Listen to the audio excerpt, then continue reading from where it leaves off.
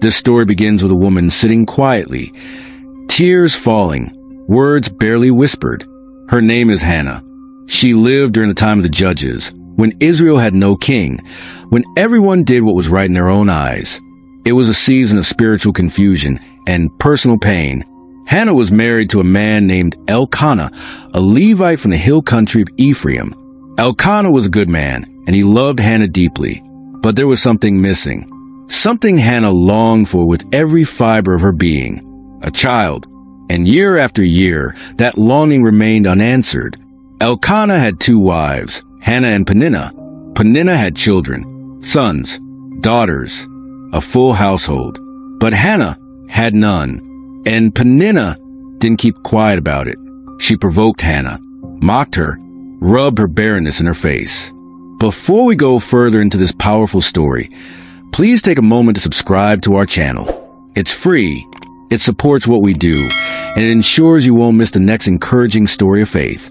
Now let's continue.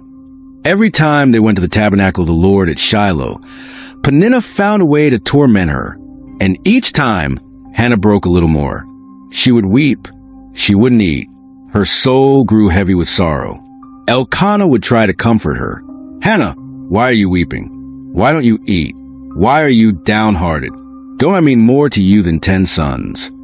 He meant well, but when your heart aches for something so deeply, even the kindest words sometimes can't reach you. Still, Hannah didn't walk away from God. Even when she felt unseen, she kept showing up. Even when she was hurting, she still went to worship. One year, when they went to Shiloh again, everything came to a breaking point. Hannah went to the entrance of the Lord's house.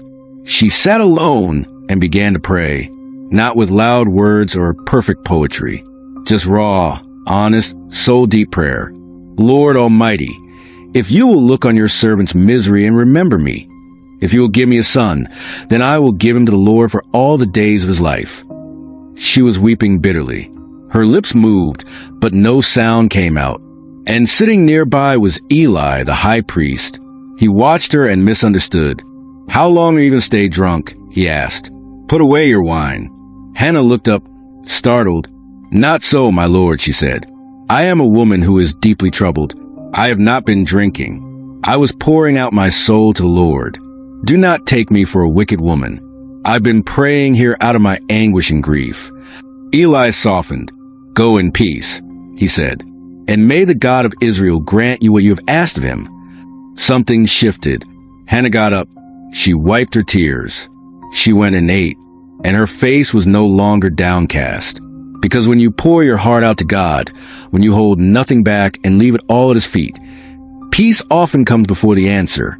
Friend, if you ever felt like Hannah, overwhelmed, unheard, waiting on God, you are not alone.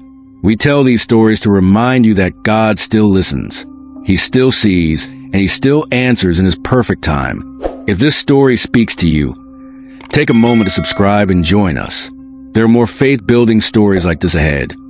Each one a reminder that God is faithful, even when life feels silent. The next morning, Elkanah and Hannah worshiped the Lord, and they returned home to Ramah. And in time, the Lord remembered Hannah. She conceived, and she gave birth to a son. She named him Samuel, saying, Because I asked the Lord for him. Imagine her joy. The one thing her heart had cried out for, finally in her arms. But Hannah remembered her vow. She had promised God that if he gave her a son, she would give him back. So after Samuel was weaned, likely around age 3, Hannah did the unthinkable. She traveled back to Shiloh with the child she had longed for. She brought with her a bull for sacrifice, some flour, and a skin of wine. And when she saw Eli, she said, Pardon me, my lord. I am the woman who stood here beside you praying to the Lord. I prayed for this child, and the Lord granted me what I asked. So now I give him to the Lord. For his whole life, he will be given over to the Lord. And there, Hannah left her son in the service of God, a little boy placed in the hands of the one who gave him. What kind of faith does that take? To receive what you ask for and give it back? That's the kind of faith Hannah had. She didn't make deals with God to get her way. She made a promise because she trusted that the God who gave life could also sustain it. She knew her son wasn't hers to keep, but hers to steward, and God honored that. Samuel would grow up to be a prophet, a priest, a leader of nations. He would anoint kings, hear God's voice, change history. But it started with a mother's faith, a mother's prayer, and a moment of surrender. Maybe you're in a season of waiting. Maybe your prayers feel unanswered. Maybe you've been weeping silently in your own winepress of grief. Take a cue from Hannah.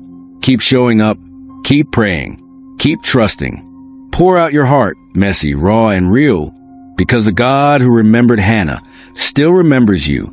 And sometimes the most powerful prayers are not the loudest, but the most honest.